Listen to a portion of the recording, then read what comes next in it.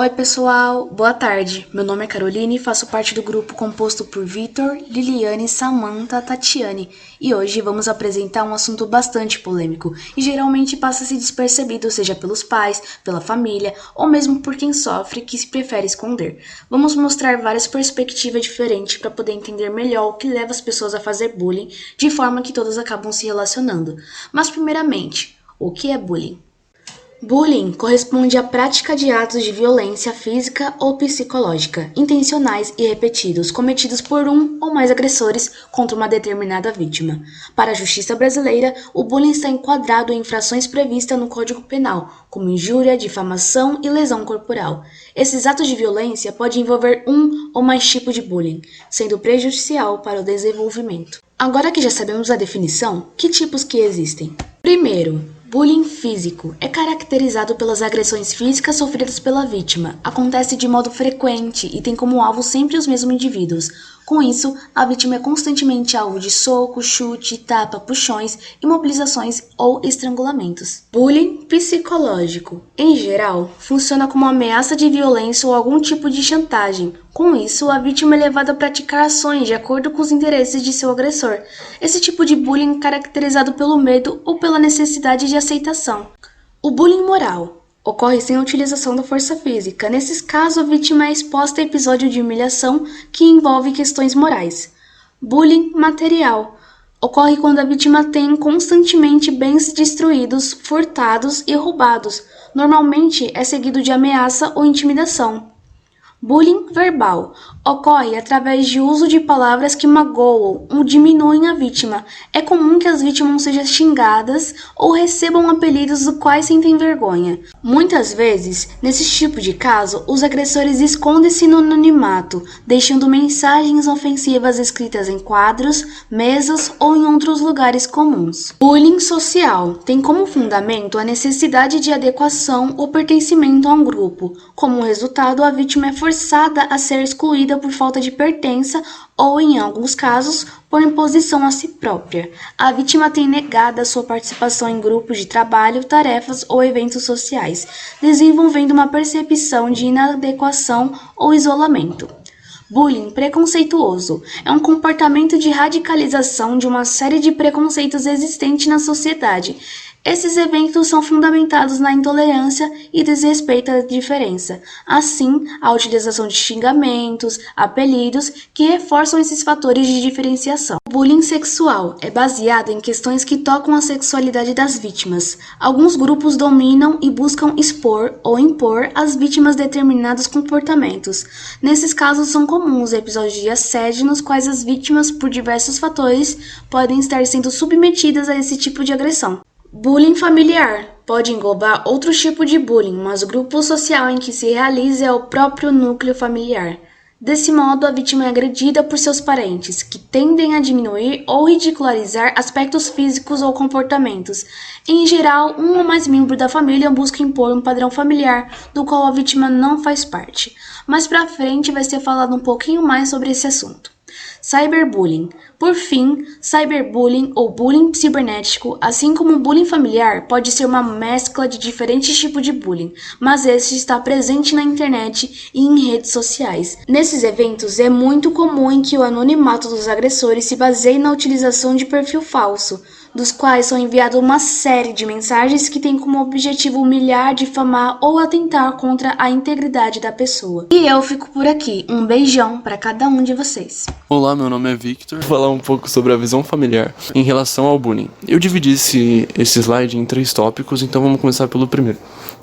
Vocês com certeza já disseram ou ouviram alguém falar a famosa frase: o exemplo vem de casa, ou a educação vem do berço, e isso realmente tem um fundo de verdade. Uma pesquisa escolar de enfermagem da USP de Ribeirão Preto aponta que as más relações em casa afetam no comportamento escolar. Segundo o psicólogo Vanderlei Abadil de Oliveira, tanto as crianças que sofrem bullying quanto as que praticam têm histórico de más relações familiares. Ele diz: estas relações são marcadas pela falta de diálogo saudável e de envolvimento emocional. Também está presente nessas famílias a má relação conjugal entre pais ou cuidadores e ainda as punições físicas exercidas pelos pais ou responsáveis. Agora vamos para o tópico 2.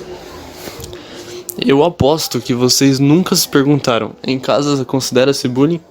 Para alguns profissionais da saúde, em casa não é bullying, pois é visto como algo normal. A relação entre irmãos é estruturante e ajuda em outras relações. Ela pode ser a primeira oportunidade de aprendermos a extravasar a raiva, a agressividade, a lidar com a disputa, julgamento, o ciúme, a ambiguidade entre o amor e o ódio. Mas tudo isso vai ser atravessado pelas figuras paternais, que regulam a relação. É preciso uma família muito desestruturada para que os conflitos entre irmãos tornem-se bullying. No caso, pressuporia a ausência das figuras paternais.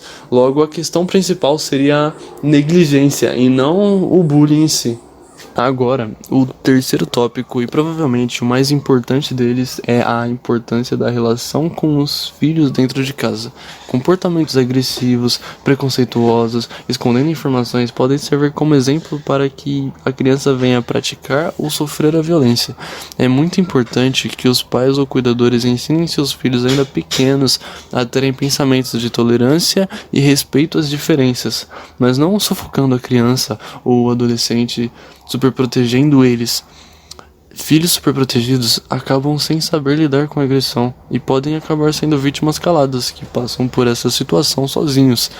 Então, é recomendado integrar seus filhos nas decisões familiares, dar a eles responsabilidades e segurança para que seja criado um laço de confiança entre ambos. Confiança é a palavra-chave. Os pais ou responsáveis precisam ser vistos como portos seguros e não opressores que exigem que você diga o que está acontecendo, e muitas das vezes isso acaba por piorar a situação daquela criança ou daquele adolescente. Então é isso. E muito obrigado pela atenção de vocês. Olá todo mundo, eu sou Tatiane e eu vou explicar a relação do bullying na escola com a visão sociológica. Bom, na visão sociológica tem que o meio influencia o indivíduo. Sendo assim, identificar esse parâmetro dentro da escola não é algo tão difícil, né? Conseguimos perceber isso no momento em que os jovens decidem juntar em grupos, geralmente por causa de gostos e pensamentos em comuns. E assim, esses grupos vão se solidificando e com o tempo vão sendo cada vez mais aparentes no meio escolar. E na questão do bullying, vemos que quando há pelo menos um jovem com característica agressiva ou intolerante, ele acaba corrompendo o restante do grupo. E essa é a maneira que até mesmo as pessoas que por um histórico familiar não demonstrem esse tipo de comportamento, vão acabar agindo da mesma forma, porque algumas pessoas são influenciáveis e outras são influenciadoras. E, por exemplo, um jovem que teve um ensinamento dentro de casa e que saiba que ofender, julgar, agredir uma pessoa é algo errado, que sabe se colocar no lugar do outro e ser um jovem empático, conviver-se com um colega que zoa o carinha do outro lado da sala, que faz brincadeiras quais somente ele acha engraçado e age de forma agressiva com algumas pessoas.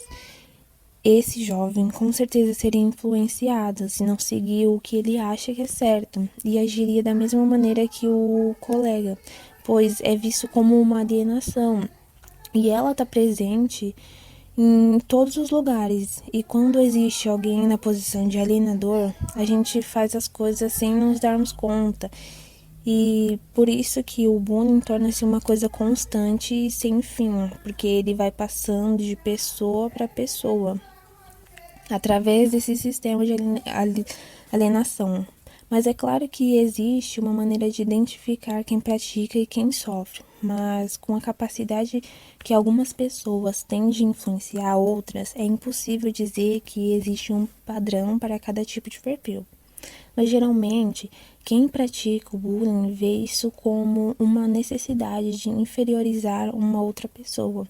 E como eles possuem um ar de superioridade e falta de empatia, agir dessa maneira faz-os sentirem-se no controle das coisas e acaba se tornando algo bom, algo que os beneficiam e traz aquele prazer momentâneo que a maioria dos jovens vem procurando, onde só o eu deles e o presente é importante.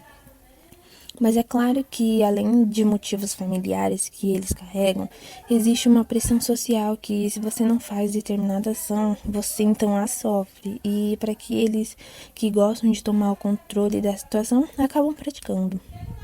E tem os que a gente chama de alvo, que são aquelas pessoas mais quietas e que não são muito de fazer amigos. Assim, eles acabam sendo vistos justamente como os alvos para aqueles que se sentem no direito de julgar, de ridicularizar e humilhar. E como essas práticas acabam sendo muito pesadas, esses alvos começam a perder o interesse na escola e até neles mesmos.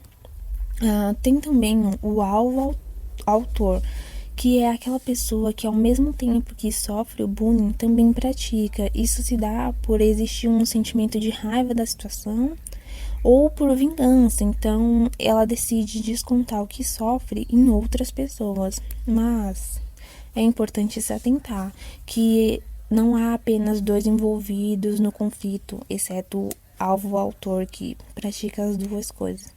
Pois existe uma terceira pessoa, que é aquela que prolonga o conflito, chamada de espectador. Este personagem, ele pode se mostrar em cima do muro, como aquela que nós podemos dizer que coloca a lenha na fogueira, ou aquela que apenas repassa informação maldosa sem achar que tem algo a ver com o assunto, mas na verdade não. Ela pode ser considerada o coautor da situação, pois agir de maneira passiva a faz de testemunha, e mesmo que ela haja assim por medo de se tornar um alvo, na verdade ela está sendo mais um praticante. Eu me chamo Samantha e eu vou falar sobre a visão psicanalítica, onde Freud diz sobre o id, o ego e o superego que constituem a nossa personalidade, e assim relacionar com o bullying. Claro que todos esses aspectos abordados, eles acabam se relacionando de certa forma, e principalmente a questão familiar é uma grande influenciadora. Bom, primeiramente, o que é o ego? O ego é a nossa autoimagem, é o nosso eu, que ouve tanto vozes imperativas quanto, digamos que, conselhos de um vigia. Essas vozes imperativas, elas seriam o id, que é a nossa parte instintiva, que age por impulso e privilegia desejos e vontades sem reconhecer nenhum tipo de freio moral. É para isso que serve o superego. O superego, ele é totalmente o oposto e ele funciona como freios morais e regras de condutas. Então, o ego, ele acaba funcionando como uma espécie de mediador entre essas duas facetas, como se ele fosse um mecanismo de defesa, que ele impede que o nosso lado inconsciente, que é o id, os nossos lados impulsivos, eles prevaleçam sobre o nosso lado consciente, que é o ego. E aí, tudo bem, mas como que o ego poderia levar um indivíduo a praticar bullying com alguém? Existe uma coisa que todo mundo já deve ter escutado, que é o famoso ego inflado. Esse ego inflado, ele muitas vezes acaba tornando esse indivíduo um narcisista. Ele pode mascarar dores, traumas, frustrações e geralmente ocorrem dentro da própria família. Então é por isso que nesse contexto a questão familiar acaba sendo uma grande influenciadora para que esses tipos de coisas acabem ocorrendo. Então, para mascarar essa condição de sofrimento que o ego inflado ele deseja esconder, o indivíduo ele acaba tendo uma impressão de superioridade aos outros e também muitas vezes acaba que não conseguindo mais escutar autocríticas. Então, na história, um indivíduo que tem o ego inflado, ele acabaria sendo o abusador. Claro que não necessariamente uma pessoa para praticar bullying, ela realmente precise ter um ego inflado, mas é o que geralmente ocorre. Uma pessoa também pode acabar praticando bullying simplesmente por ter, digamos que, uma predominação do seu lado inconsciente, que seria o seu id. Então, ela pode acabar fazendo brincadeirinhas de mau gosto ou até mesmo bullying com as pessoas por causa disso. E também pode ter uma junção do seu ego inflado junto com a predominação do seu lado mais inconsciente, que seria o ID. Realmente, quem costuma ser a vítima, não em 100% das vezes, mas o que normalmente ocorre seria uma pessoa com ego frágil. É uma pessoa que acaba sendo submissa, se tornando suscetível ao bullying, à exploração, que tem o comportamento de uma pessoa que se anula por falta de autoestima. Então, o que acontece é a briga entre uma pessoa com o ego inflado e uma pessoa com o ego frágil, né? Essas pessoas que têm o ego muito inflado, elas possuem uma espécie de armadura, mas é uma armadura de papelão com revestida de alumínio, é como se fosse nada. É uma pessoa insegura que tem grandes problemas com a sua autoimagem.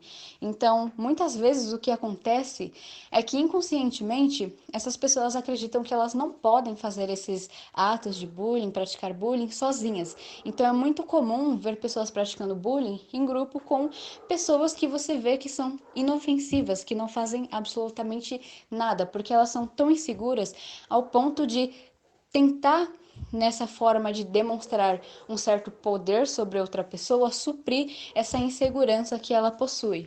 Desta forma que o ego ele pode acabar influenciando neste contexto.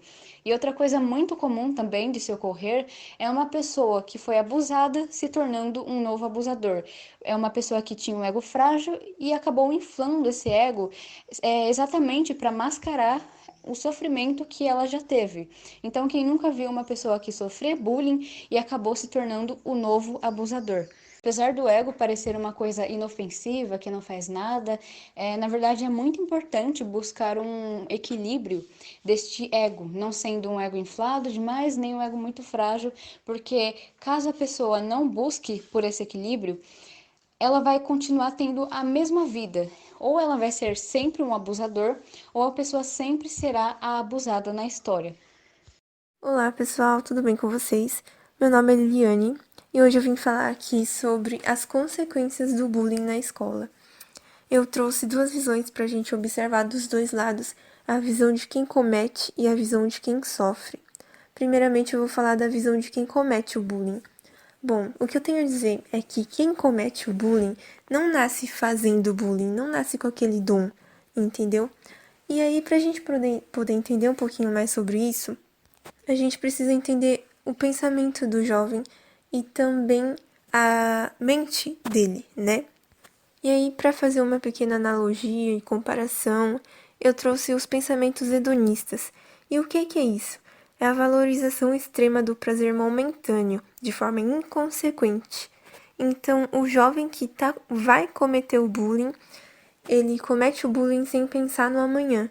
Então, ele não pensa nas consequências, ele só tá ali naquele momento dele, xingando, falando um monte de coisa pro amiguinho, né, entre aspas, sem pensar no que pode acontecer com aquele amiguinho, né? E a gente precisa entender também que a mente do jovem é muito louca, sabe?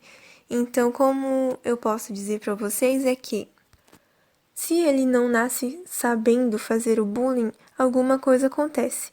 E as consequências são inúmeras, né, possíveis.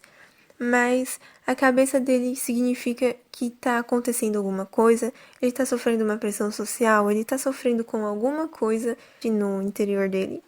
E ele precisa se aliviar de alguma forma, certo? Então, a forma que ele se alivia é vendo aquele amigo dele que ele não pensa, ele só vai lá, entendeu? Mas lógico, alguma coisa pode desenvolver ele não gostar de alguém. Mas a pessoa pode ser considerada fora do padrão, pode ser branca, pode ser negra, pode ser ruiva, cabelo liso, crespo, cacheado, inúmeros fatores. Isso é algo que a gente nunca vai poder entender completamente, certo? Bom, essa é a parte das consequências e o que leva o jovem a fazer isso. Agora eu vou falar um pouco sobre o jovem que sofre o bullying. O que a gente precisa saber é lembrar que a gente tá no Setembro Amarelo, hein? Então eu vou falar um pouquinho sobre isso lá no final. Mas então, quem sofre o bullying é horrível, né? Não tem outra palavra para descrever a não ser horrível. E como esse jovem que sofre o bullying pode ser a válvula de escape para o jovem que está cometendo bullying, então é como se fosse um saco de lixo. Joga um monte de coisa lá dentro e ninguém valoriza. Ou seja, aquele jovem que está cometendo bullying com ele não valoriza, ele chuta, ele faz violência, seja verbal, seja psicológica, seja de todas as formas possíveis, ele sofre, certo? As consequências, como a gente já sabe, são as piores possíveis. pode desenvolver vários problemas. Aquela pessoa, ela podia ser uma pessoa saudável e considerada, entre aspas, normal, só que ela vai começar a desenvolver problemas, ela vai começar a perder a confiança em si, vai ficar acanhada num canto e excluída de outras pessoas, de outras amizades. E aí ela vai desenvolver problemas psicológicos. Sim, ela vai desenvolver muitos problemas, dentre eles psicológicos, psíquicos. A depressão vai ser uma porta enorme que ele vai se enfiar lá dentro da depressão. E muitas vezes o caminho que não tem outra alternativa é o mundo das drogas. E isso é usado de forma momentânea, assim, para aliviar aquela pressão que tá no cérebro, né? No pensamento, no psicológico daquela pessoa. E ela se enfia no mundo da droga. E só piora a situação que já estava ruim. Dentre todos esses fatores que levam às consequências do bullying, o pior deles é o suicídio. Por isso que eu falei que eu iria falar do Setembro Amarelo. O suicídio não surgiu do nada. O suicídio tem motivos, tem fatores que levam, e com toda certeza o bullying é um deles. E, gente, essa é a minha parte. As consequências são horríveis do bullying, como a gente já sabe, né? E é isso, pessoal. Eu não vou prolongar muito. Essa foi a última parte. Eu só gostaria de lembrar que o hedonismo é a valorização do prazer momentâneo que é de forma inconsequente. Então vamos pensar em tudo que a gente faz. Vamos pensar nas consequências. Isso não digo para nós, mas eu digo para as pessoas de modo geral, que não pensam no amanhã, mas tudo tem um porquê e tudo vai acontecer uma hora ou outra, como um espelho, né? Esse reflexo vai acontecer de volta para você. Então não vamos ser hedonistas, não vamos ser jovens modinha, não vamos cometer bullying, porque a gente não é dessas. Enfim, gente, muito obrigada pela atenção de todo mundo e um beijo no coração de todos. Até a próxima.